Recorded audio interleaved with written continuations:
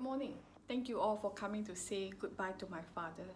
There is truly nothing more I want right now than to have been here for my father. But Malaysia has locked down her borders, so I and my brother in Labuan are unable to travel. The same too for his grandchildren, and they're as far as Canada and the UK. In the last few days, my father spoke words of encouragement to us through our video chats. Those words were actually very different from the words of advice he had given us all through our lives.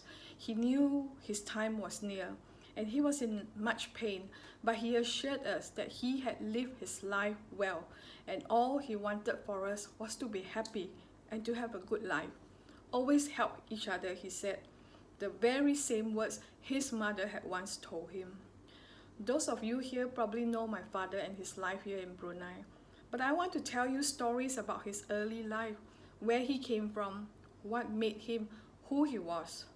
My father was born in Johor in 1931, the eldest son among 8 children.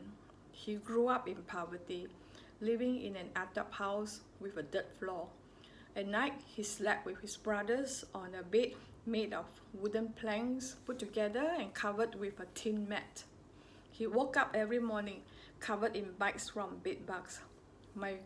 His mother was a vegetable farmer, so being the eldest, he had to help his mother grow vegetables and sell them at the market. It meant that he had to carry the vegetables in 2 big baskets on his shoulders. Once he bumped into his headmaster, he felt awkward and pretended not to see him. But the headmaster called out to him and bought his vegetables. Much later in life, he repaid his headmaster's kindness by giving his son a job. That's the kind of man my father was. He never forgot a kindness, always helping others when they truly needed help. And he would always repay a kindness, sometimes many times over.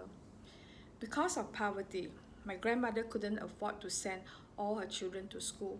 My father, being the eldest son, had a chance. He was 8 years old when he started school, but the Second World War came and interrupted his education. At 13, he was still illiterate, but when the war was over, he went back to school and managed to finish his primary education in 3 years. He simply worked harder than everybody else. My father was a quiet man, a better listener than a talker. It was only when he wrote an autobiography a few years ago that we understood what his life had been like. But those experiences made him what he grew up to be: an obedient son, a loyal brother, a faithful husband, a loving father, a fair employer. When my father finished his primary school, there was no money left to continue studying, so he got a job working for a cobbler. He swept the floor, cooked for the employees. He saved the little money he earned and started attending night classes. But one incident there changed his destiny.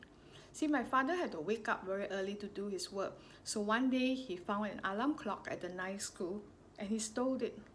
The headmaster suspected him. He was ashamed, so he quit his job at night school and went home. By then, circumstances at home had improved a little, and he was able to continue studying. But that little incident taught him a good lesson.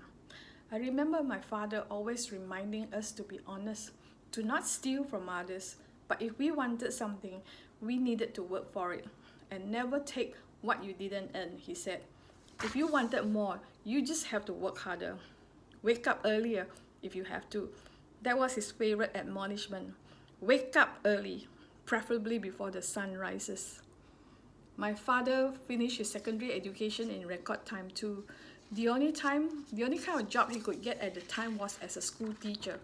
He told me once that he took the job just so that he could improve his English, but I think having to handle 40 young boys was more than he could handle. The government assigned him to teach at several other schools, but I also think that being a school teacher just wasn't in his blood at all. During this time, he started a correspondence course in accountancy, and it was also during this time that he met my mother. He had rented a room at the back of a house. And my mother was living nearby. During his free time, my father used to play the harmonica, and my mother, who was staying nearby, heard his music. Eventually they met, fell in love, got married in 1960, and the next 11 years later, they had 6 children. With his skills in accountancy and auditing, my father got a job in the bank. For the next few years, he traveled up and down Malaysia and Singapore, helping to set up accounting departments as the bank opened more and more branches, working 12 hours a day. That's how he ended up in Brunei in 1965. He never went back to Malaysia again. My father came to Brunei in 1965 as a promotion. He also saw the move to Brunei as an opportunity to bring his younger brothers, who were furniture apprentices then. He sent money as fare for his third brother, found a job for him at the furniture factory. From then on, things got better and better, and a few years later, our furniture business took off. 2 more brothers arrived, and then even more family members. Many of my cousins were born in Brunei. Many more came from Malaysia to work. Thinking back, it was my father's one bold decision to leave home and his parents behind and strike out for another country to make a new living. That act determined the lives of many of our relatives today, and like some of his grandchildren today who have struck out for other countries to make new lives for themselves. Truly, may they have his fortitude, his penchant for hard work, his honesty, his loyalty, even his filial piety. When my mom was alive, she used to pray for his salvation, but it was only after her death in 2015, when he saw how her sisters in Christ cared for her during her sickness, their love and prayers for her family, that I think he began to believe that perhaps there is a loving and forgiving God after all. He accepted Christ not long after and was baptized shortly after that. Pa, we will always miss you, but we know we will see you again someday in God's heaven. You are home now. Goodbye, Pa.